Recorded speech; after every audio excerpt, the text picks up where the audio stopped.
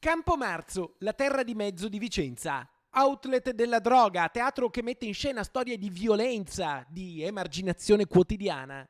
Eppure oggi il parco della città viene benedetto da un nuovo destino che prefigura un futuro diverso dal presente. Francesco Rucco vuole ridargli un'anima, vuole restituirgli l'identità perduta. Il progetto in queste immagini che fotografano un desiderio punta a creare un nuovo quartiere verde in centro storico.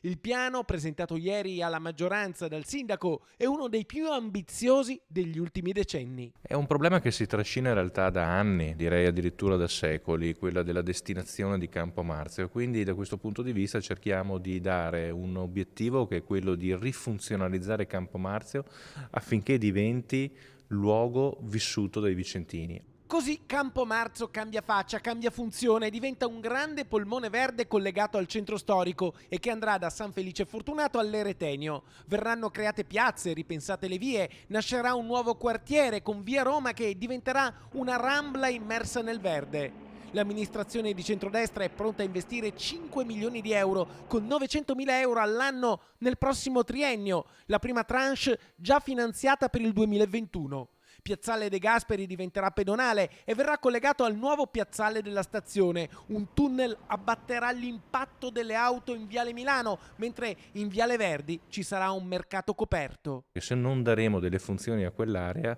lo stesso quartiere, il quartiere verde della città, un grande polmone davanti alla stazione, quindi alla porta centrale della città, non troverà, diciamo, vita e non troverà sviluppo. Con questo progetto vogliamo dare loro un futuro importante per i nostri concittadini.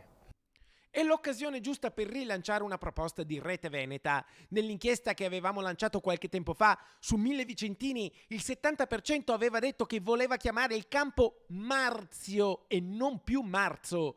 Avevamo dato voce agli studiosi, agli specialisti, ai linguisti, agli storici ed eravamo arrivati alla conclusione che il nome del parco derivi da Marte, l'antico dio della guerra.